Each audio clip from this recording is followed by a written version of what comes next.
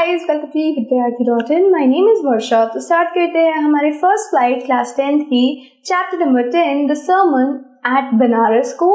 तो sermon at Banaras का मतलब होता है कि बनारस में उपदेश। तो क्या उपदेश था, किसने दिया था, वो समझेंगे हम इस चैप्टर के अंदर। ये उपदेश दिया था गौतम बुद्ध ने, और इस उपदेश में उन्होंने क्या क्या कहा वो हम समझेंगे इस चैप्टर में। सो फर्स्ट ऑफ ऑल हमारे बुद्ध के बारे में थोड़ा बहुत जान लेते हैं कि कौन थे ये बुद्ध, किस प्रकार से ये बुद्ध बने और क्या क्या ऐसी चीजें इनकी लाइफ में हुई जिसकी वजह से ये बुद्ध कहलाए। सो जो गौतम बुद्ध थे, ही वाज अ प्रिंस, एक प्रिंस थे, एक युवराज थे ये, और इनका जन्म 563 बीसी में हुआ और डेथ इनकी हुई 483 बीसी के अंदर। हमने जाना था, हम जब एसएसटी पढ़ते हैं तो बीसी उल्टा चलता है ना। जो 563 है वो बहुत पहले हुआ है और 483 है वो हमारे नजदीक है, और जो 0 है वो डिनोट करता है कि उस वर्ष में हमारे ईसा मसीह का जन्म हुआ है। सो हमारे जो बुद्ध है उनका जन्म हुआ था 563 बीसी और डेथ है 483। He was a prince named Siddhartha Gautama. तो उनका नाम था सिद्धार्थ गौतम और वो नॉर्थ इंडिया में रहते थे, उत्तरी भारत में रहते थे। नाउ व्हाट हैपेंड वाज कि at 12 he was sent away for schooling in the Hindu sacred scriptures, and 4 years later when he returned home he married to a princess। तो 12 वर्ष की उम्र में इन्हें पढ़ने के लिए भेज दिया गया। और क्या पढ़ना था इन्हें? सेक्रेड स्क्रिप्चर्स, यानी कि पवित्र जितने भी पुराण थे, जो ऋग्वेद है, इन सब की पढ़ाई के लिए हमारे सिद्धार्थ को कहाँ जाना पड़ गया, अपने घर को त्यागना पड़ा। जैसे ही 4 साल बीते, जब इन्होंने अपनी पढ़ाई पूरी कर ली, इनकी शादी हो गई एक राजकुमारी से। तो राजकुमारी की शादी हुई।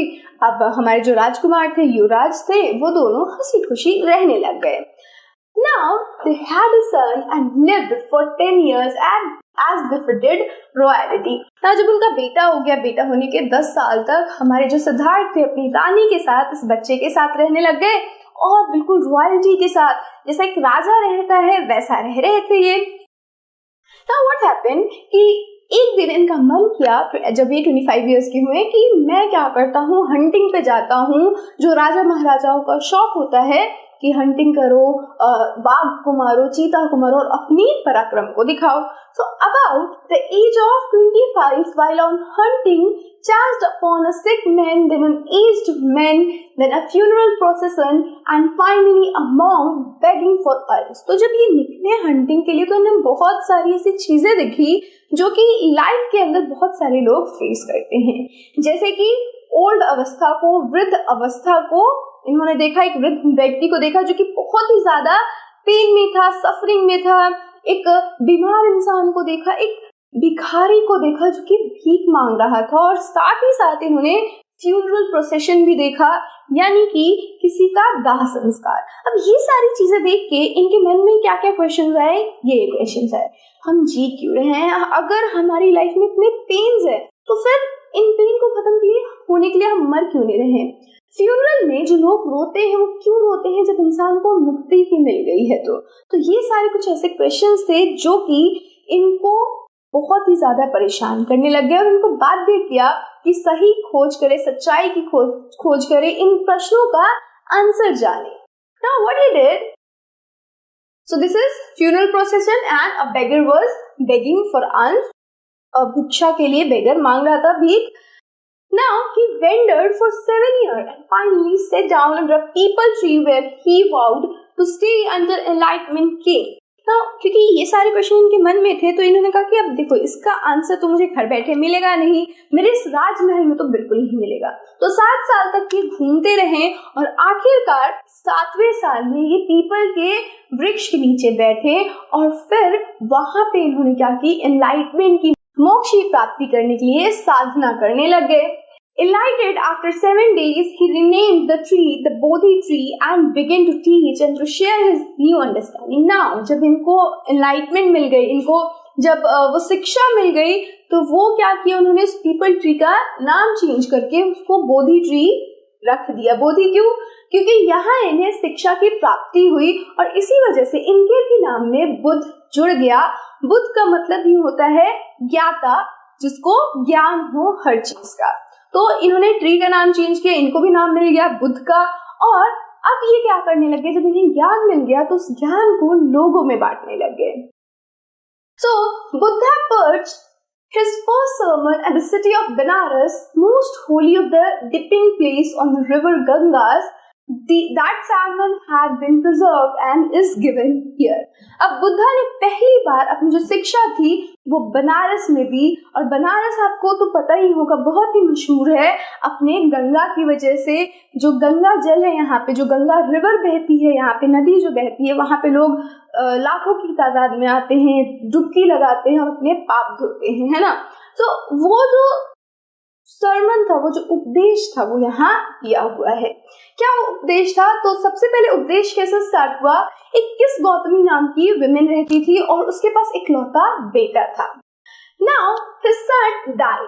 अब वो इकलौता बेटा था जिसे वो अत्यधिक प्यार करती थी, उसकी मृत्यु हो जाती है।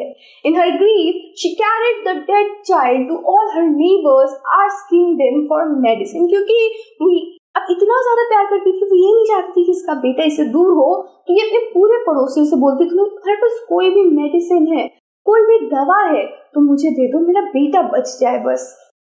लेकिन सब इसको क्या करते हैं, ना कह देते हैं, और कुछ लोग इसे पागल समझने लगते हैं कि ये पागल हो गई है। अब एक इंसान से मिलता है किस्सा को कि वो बताता है कि मैं मेडिसिन तो नहीं दे सकता तुम्हें तुम्हारे चाइल्ड के लिए, लेकिन एक ऐसा फिजिशियन है, एक ऐसा इंसान है जो कि तुम्हारे बेटे को ठीक कर सकता है। हमारी जो किस्सा है वो कहती है कि मैं आपसे प्रार्थना करती हूँ, प्लीज मुझे बता दो वो कौन है जिससे जो मेरे बेटे को ठीक कर सकता है। किस्सा Gautami met a man who replied her request. I cannot give you the medicine for thy child, but I know a physician who can. मुझे तो नहीं पता है लेकिन एक फिजिशियन है, एक वैद्य है जिसको पता है। And the girl said, और वो जो किस्सा है वो कहती है कि मैं आपसे गुजारिश करती हूँ, मुझे बताओ कि वो कौन है। Go to साक्या मुनि द बुद्धा। जाओ तुम साक्या मुनि के पास, जो बुद्धा है उनके पास जाओ। अब यहाँ नोट करने वाली बात यह है कि जो साक्या मुनि है वो दूसरा नाम है हमारे बुद्धा के लिए यूज होता है, क्योंकि वो साक्या गणा से बिलोंग करते थे, और साक्या गणा से बिलोंग करने की वजह से उन्हें साक्या मुनि कहा जाता था। मुनि का मतलब हमें पता है ऋषि मुनि, तो साक्या मुनि के पास जाओ, बुद्धा के पास जाओ। जाती है हमारी किस गौतमी, और क्या कहती है, she repair to the Buddha. Repair का मतलब जाना होता है। And said, और कहती है, Lord and Master, give me the medicine that will cure my boy. हे भगवान प्लीज मुझे वो औषधि दे दो जो मेरे बेटे को सही कर सकता है, मेरे बेटे की ये जो हालत है उसको ठीक कर सकता है। The Buddha answered, I want a handful of mustard seed. मुझे ना एक मुट्ठी सरसों का बीज चाहिए, बस इतनी छोटा सा मेडिसिन इसको मैं दूंगा, ठीक है। And when the girl in her joy promised to procure it, the Buddha added, अब ये जो किस्सा है कि तेरी ये तो बिल्कुल मिल जाएगा, कहीं पे मिल जाएगा, किसी की दुकान पे मिल जाएगा। बहुत ज्यादा खुश होती है, जैसी जाने वाली होती है, हमारे बुद्धा कहते हैं, the mustard seed must be taken from a house where no one has lost a child, a husband, a parent or a friend. अब यहाँ शर्त रख दी बुद्धा ने कि ये जो मस्टर्ड का सीड है, जो सरसों का बीज है, वो कहाँ से आना चाहिए, एक ऐसे घर से आना चाहिए जिस घर में ना तो किसी बच्चे की मौत हुई हो, ना किसी ने अपना पति खोया हो, ना किसी ने अपने माता पिता को खोया हो, ना किसी दोस्त को खोया हो। बहुत बड़ी बात कह दी, क्योंकि हम में से सभी ने किसी ना किसी को अपनी जिंदगी में खोया ही खोया है। लेकिन ये बात हमारी किस्सा को समझ में अभी तक नहीं आई। वो दरवाजे दरवाजे पर भटकी, हर किसी से मांगा, और आखिरकार एक विमेन के पास गई, कहा कि तुम्हारे पास है, तो वो मस्टर्ड का सीड उसे दे देती है। लेकिन ये फिर पूछती है उससे क्वेश्चन कि तुम्हारे घर में कोई मरा तो नहीं है, तो वो क्या कहती है, आज the living are few but the dead are many, do not remind us of our deepest grief. वो औरत कहती है कि जिंदा तो बहुत कम है लेकिन मरे बहुत ज्यादा हैं, और हमारे डीपेस्ट ग्रीफ की याद मत दिलाओ, हमारा जो दुख है किसी को खोने का उसका याद मत दिलाओ। और जब ये बात ये सुनती है कि हम में से बहुत लोग बचे हुए लेकिन बहुतों की डेथ हो गई, तब इसे समझ में आता है कि यहाँ पे इस संसार में बहुत सारे लोग हैं जिन्होंने अपनों को खोया है और फिर भी जिंदा रह रहे हैं, जी रहे हैं, और उनका जो ग्रीफ है, उनका जो कष्ट है, खोने का कष्ट है, वो उनके दिल में अभी भी कहीं ना कहीं है, लेकिन उसको दबा के वो जिंदगी जी रहे। तो किस्सा को समझ में आता है कि कितनी ज्यादा ये सेल्फिश हो गई थी, कितना ज्यादा इसको लोभ हो गया था अपने बेटे के लिए। किसा Gautami became weary and hopeless and sat down at wayside watching the lights of the city as they flickered up and were exhausted again. At last, the darkness of night reigned everywhere, and she considered the fate of men, that their lives flicker up and are extinguished again. Now, किसा जो है ये सब होते होते रात हो गई थी। ये बात जब हुई, रात हो गई, बहुत ज्यादा ये दुखी हो गई कि सबकी मृत्यु हो जाती है। लास्ट में जब पूरा का पूरा शहर अंधेरे में छुप जाता है तो उसको ये याद आता है कि हर एक इंसान का फेट जो है, जो उसकी नियति है, वो है डेथ। और हर इंसान जगता है, फ्लिकर करता है, उसका बर्थ होता है और फिर वो एक्सटिंग्विश कर जाता है, मिट जाता है, उसकी डेथ हो जाती है।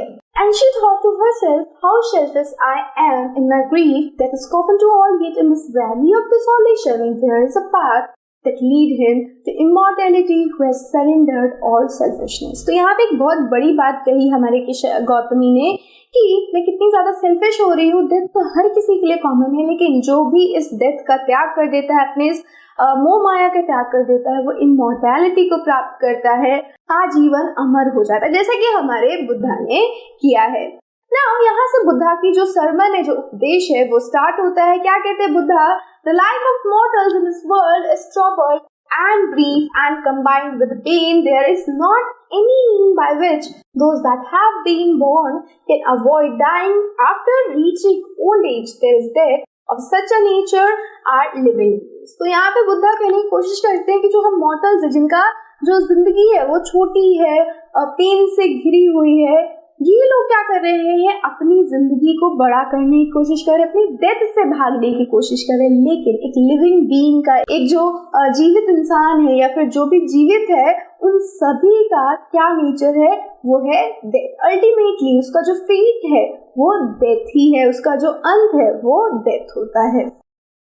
Next, he goes on to saying, as the ripe fruit are early in danger of falling, so mortals when born are always in danger of death. तो यहाँ पे हमारे जो बुद्ध है, वो हमारा जो जिंदगी है उसका कंपैरिजन एक पके हुए फ्रूट से करते हैं कि चाहे वो कितना ही अर्ली क्यों ना हो, मतलब वो भी बिल्कुल छोटा है तो भी उसको डेंजर होता है कि वो पेड़ से अलग हो जाएगा, गिर जाएगा, चाहे वो कितना ही ज्यादा पकना जाए। ऐसे ही हम ह्यूमंस के साथ भी, हम बिल्कुल छोटे भी है तो भी हमें डेथ का डेंजर रहता है, मृत्यु का खतरा रहता है, और जब हम बड़े भी हो जाते हैं तो ये खतरा बना रहता है। तो जो मृत्यु है वो तो निश्चित है, कब आएगी किसी को नहीं पता। As all earthen vessels made by potter end in being broken, so is the life of mortals. और ऐसा बिल्कुल वैसे ही होता है, हमारी जो लाइफ है बिल्कुल वैसी ही है जैसे कि एक मिट्टी का घड़ा है। अगर मिट्टी का घड़ा बना हुआ है तो किसी न किसी दिन फूटना ही है, और अगर कोई इंसान जन्म लिया है तो उसको किसी न किसी दिन मरना ही है। Both young and adult, both those who are fools and those who are wise, all fall into power of death. All are subject to death. तो हमारे बुद्ध ये कहते हैं कि चाहे कोई यंग है, बिल्कुल नौजवान है, बिल्कुल अभी जन्मा है, या कोई बहुत ही बूढ़ा है, सबको क्या होना है? डेथ आना है, सबकी मृत्यु आनी है। चाहे कोई वाइज है, बुद्धिमान है, फूल है, मूर्ख है, सब के सब किसके अधीन है? मृत्यु के अधीन है। Next he goes on to say कि of those who overcome by death depart from life, a father cannot save his son nor kinsmen their relations. तो क्या कहते हैं हमारे बुद्धा कि जिसको भी डेथ ने क्या कर लिया है, कब्जे में कर लिया है, वो वापस नहीं लौट सकता। कोई भी पिता अपने बेटे की रक्षा नहीं कर सकता, कोई भी किनमैन, कोई भी रिलेटिव अपने रिलेटिव की जान नहीं बचा सकता। Mark, while relative are looking on and lamenting deeply, one by one mortals are carried off like an ox that is led to slaughter. तो कहते हैं कि जो आप ये सॉरो कर रहे हो, जो आप दुख में हो, ये बिल्कुल वैसा ही है जैसा कि एक ऑक्स की तरह है। हर एक ऑक्स, आपने बैलों को देखा होगा, कई बार उनको स्लॉटर किया जाता था पहले के टाइम में, तो वो कहते हैं कि ये जो लोग दुखी हैं वो भी उसी ऑक्स की तरह है जो देखता रहता है कि एक के बाद क्या हो रहा है, लोग मर रहे हैं, और ये ऑक्स का भी, इस बैल का भी स्लॉटर किसी न किसी दिन होना है, यानी कि जो दुख में है आज उनको भी कल मरना है। So, the world is affiliated with death and the decay. Therefore, the wise do not grieve knowing the term of the world. Not From weeping nor from grieving will anyone obtain peace of mind. On the contrary, his pain will be greatened and his body will suffer. So यहाँ पे हमारे जो बुद्ध है वो क्या कहते हैं कि वर्ल्ड को इस डेथ से अफेक्टेड नहीं होना चाहिए। हर किसी का डेथ निश्चित है, मृत्यु निश्चित है। और जो भी लोग ग्रीव कर रहे हैं, दुख में है, पीड़ा में है, वो क्या कर रहे हैं, वो पीस नहीं दे रहे, खुद को शांति नहीं दे रहे, बल्कि और क्या कर रहे हैं, वो अपने आप को दर्द दे रहे हैं। उनकी जो बॉडी है वो सफर करेगी, वो पेल हो जाते हैं, बिल्कुल अधमरे से हो जाते हैं, रोने से, इतनी ज्यादा ग्रीफ से, इतनी ज्यादा दुख से। He will make himself sick and pale, yet the dead are not saved by his lamentation. He who seeks peace should draw out of sorrow of lamentation and complaint and grief. He who has drawn out the sorrow and has become composed will obtain peace of mind. He who has overcome all sorrow will become free from sorrow and be blessed. तो यहाँ पे हमारे बुद्ध ये कह रहे हैं कि जो भी इंसान दुख में रह रहा है उसको अपने दुख से बाहर निकलना चाहिए, अपनी ये जो नाराजगी है, जो निराशा है, उससे बाहर निकलना चाहिए। क्योंकि जब आप इससे बाहर निकल रहे हो, जब अपने सोरोस को खत्म कर रहे हो और ये एक्सेप्ट कर रहे हो कि डेथ सबको आनी है, तभी आप क्या हो रहे हो, इन सब निराशाओं से बाहर आ पा रहे हो और ब्लेस्ड हो पा रहे हो, शांति आपको मिल रही है और आप कैसे रह रहे हो, अच्छे से अपनी जिंदगी जी सकते हो। So this was the sermon. ये जो उपदेश था वो बनारस में दिया गया था और इस उपदेश में ये था कि जो डेथ है वो आनी है, आप अपने दुख से बाहर निकलो, ये संसारिक मोह माया से बाहर निकलो। ये जो हमारा पूरा ये जो उपदेश था वो लिया गया है बेटी Renshaw, values and voice, a college reader. तो इन्होंने ये लिखा था, इनके द्वारा ये पब्लिश किया गया था, तो यहाँ से हमने ये उपदेश लिया है। नाउ ये जो उपदेश है यहाँ खत्म होता है और बहुत ही ज्यादा एक बड़ी बात सिखाता है हमें। अब हमने सीख लिया, समझ लिया इस उपदेश को। चलते हैं नेक्स्ट वीडियो में जहाँ पे इस उपदेश के क्वेश्चन आंसर करते हैं और समझते हैं आपको कितना आया इस उपदेश से। I'll see you in the next video. Till then, stay safe and keep learning with us. Bye bye.